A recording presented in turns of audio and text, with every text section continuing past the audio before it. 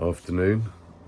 I talked about something light-hearted earlier with the whole football thing, and it's just come to mind that I would like to talk about something much more serious and much more widespread, I would say, and that is self-harm in prison. I those of you who know, I was a listener for years inside, and in that role, I saw a lot of things that I can't unsee. They don't. These things don't bother me. They don't eat away at me. I'm really quite bulletproof with things like that. I guess I don't know. Maybe I I don't know. I'm just kind of not immune to it, but it just doesn't affect me in the long term or even in the sort of short and medium term. I was a little bit thoughtful about the time when I found the guy who'd hung himself in Belmarsh. I just needed some peace and quiet for an hour or two after that happened, just to kind of process the whole thing in my head. I didn't know at that stage whether the guy was alive or dead. But there is one person who stands out from a large crowd of people that I've had dealings with who have self-harmed in all kinds of ways. People can be quite inventive about it. This guy was called Snowy. I do know his full name. I'm not going to share that for obvious reasons. He was in Belmarsh during the very early days. I'd only been there myself for probably 6 months, maybe less. I was still on Beirut, still on House Block 3.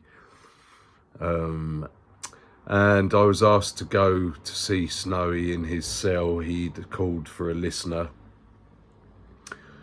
I was aware of him already. I had seen him. And the thing that stuck in my memory and is there today is that I've seen a lot of really brutal self-harm in terms of the marks it leaves and has left on people. But with Snowy, I can honestly say I'd never seen anything like it before that day, and I've never seen anything like it since. This guy had been self-harming for, I don't know, 20, 30 years maybe, and he used to go to town.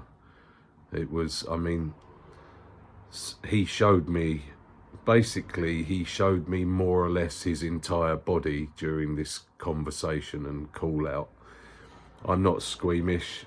I guess as a listener, I would have just respected the fact that he's entitled to do and say more or less what he likes, as long as it's nothing attacking me personally. So he showed me, I mean, the scars were just off the scale. The things that he'd done, he showed me his skin around and below his private parts, where he'd at one time boiled a kettle and threw the boiling water all over himself.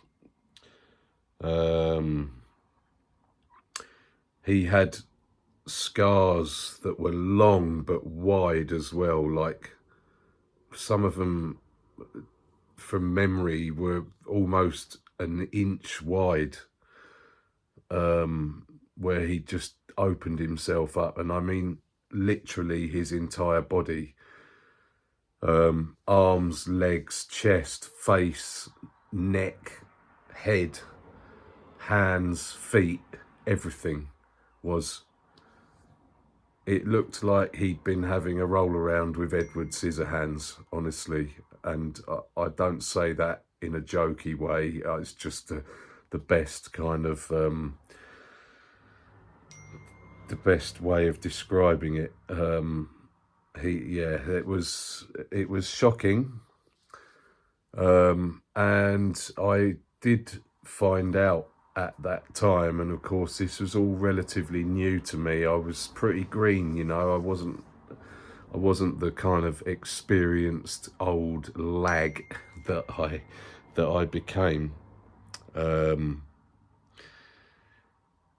So he talked to me, but what came out was that actually at that time the screws on Beirut in Belmarsh were paying him with tobacco to not self-harm. So he was using his kind of past and his reputation to get what he wanted.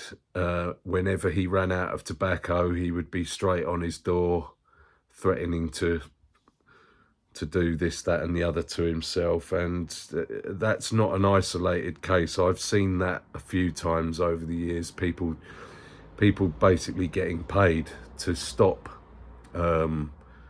giving the other lot extra work, basically, because some of them are pretty fucking lazy.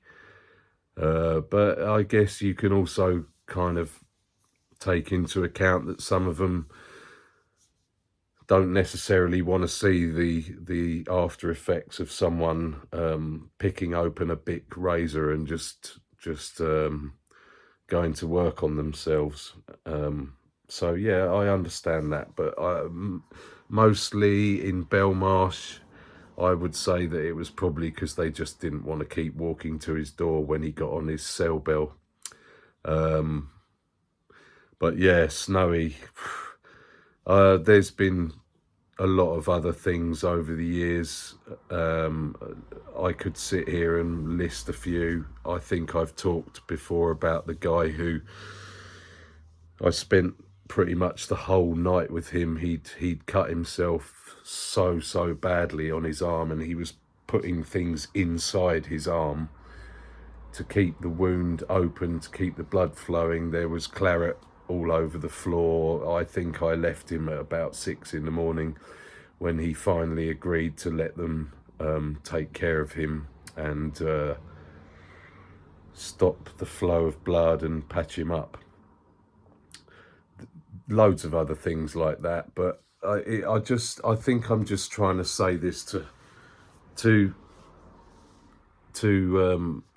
point out that mental health issues, it's kind of the in thing in the last few years. Everyone has a label of some sort, and you know, you kind of live your life with not everybody, but some people, they're quite proud of that label and they use it to the best of their kind of advantage. I'm not sure that that's the point of it all, but for me the point is this: I don't want to be labelled, I don't want to be pigeonholed like these experts, you know. I question their expertise and I question their judgment on a lot of this stuff. We never had any labels attached to us when we were kids, not the people my age.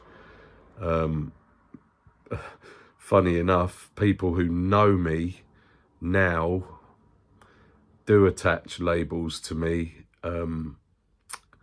I just shrug it off. They may have some substance in what they're saying. God knows I do have certain things, skeletons in my closet, but I may talk some more about this, but my 10 minutes is coming to an end, so I'll bid you farewell and we'll talk again soon. It's just going to be more prison stuff.